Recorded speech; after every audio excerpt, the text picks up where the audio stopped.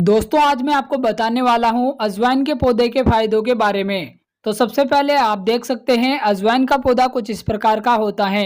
इसकी पत्तियां रुएदार और थोड़ी सी मोटी होती है।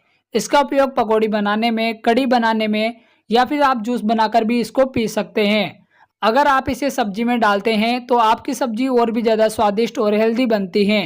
अगर बात करें इसके फायदों के बारे में तो ये थकान कमजोरी दूर करता है, फेफड़ों को स्वस्थ रखता है, पेट की कब्ज से आपको बचाता है, यहाँ तक कि खांसी जुकाम से भी आपको बचाता है और शरीर को डिटॉक्स करता है। इसके अलावा भी इसके और